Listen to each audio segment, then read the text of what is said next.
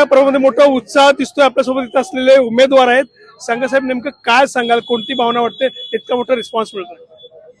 आम्ही ज्यावेळेस home to home प्रचाराला गेलाय त्यावेळेस पब्लिक म्हणजे जे वोटर पब्लिक आहेत त्यांच्या तोंडाने एकच ऐकलं की फक्त जे सत्ताधारीतले नगरसेवक होते फक्त वर्षाला एकदा मतदान मागून जाणार, परत त्या व्यक्तीत आम्ही त्यांच्या इथे गेले तरी कोणी इथे येणार नाही, आम्हाला त्याच्या घरापाशी येऊ देणार नाही. त्यांच्या ह्याच्यानुसार आम्ही 24 तास प्रत्येक नागरिकांच्या सेवेत राहील.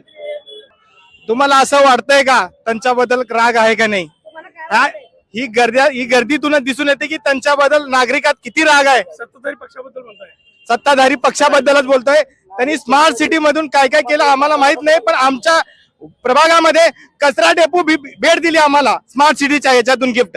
त्याचा राग नक्कीच त्यांना नागरिक या मतदानातून त्यांना दाखवून देतील.